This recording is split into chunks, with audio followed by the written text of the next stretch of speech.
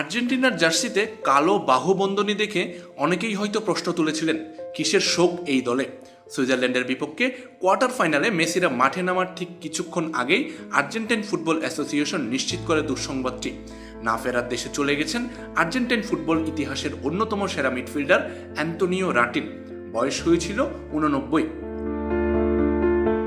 বোকা জুনিয়র্সের জার্সিতে টানা 15 বছর মাঠ মাতানো এই তারকা আর্জেন্টিনা জাতীয় দলের হয়েও খেলেছেন এক দশক, কিন্তু তার নাম ফুটবল ইতিহাসে আলাদাভাবে লেখা হয়ে গেছে একটা মাত্র ঘটনার কারণে।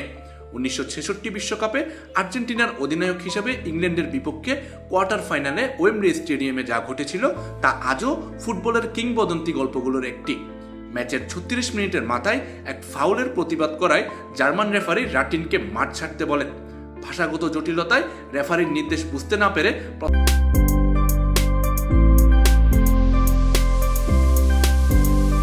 প্রথমে মাঠ ছাড়তে রাজি হননি তিনি। শেষমেশ যখন মাঠ ছাড়েন, প্রতিবাদের ভঙ্গিতে ইংল্যান্ডের পতাকা মুচড়ে দেন, প্রতিপক্ষকে গালি দেন, এমনকি রানীর জন্য বিছানো লাল গালিচার উপরও বসে পড়েন বেশ কিছুক্ষণ।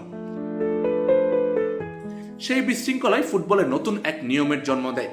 খেলোয়াড় আর রেফারির মধ্যে ভাষার এই দূরত্ব দূর করতে ফিফা পরে নিয়ে আসে হলুদ ও লাল কার্ডের ধারণা, যা প্রথমে চালু হয় 1970 বিশ্বকাপে।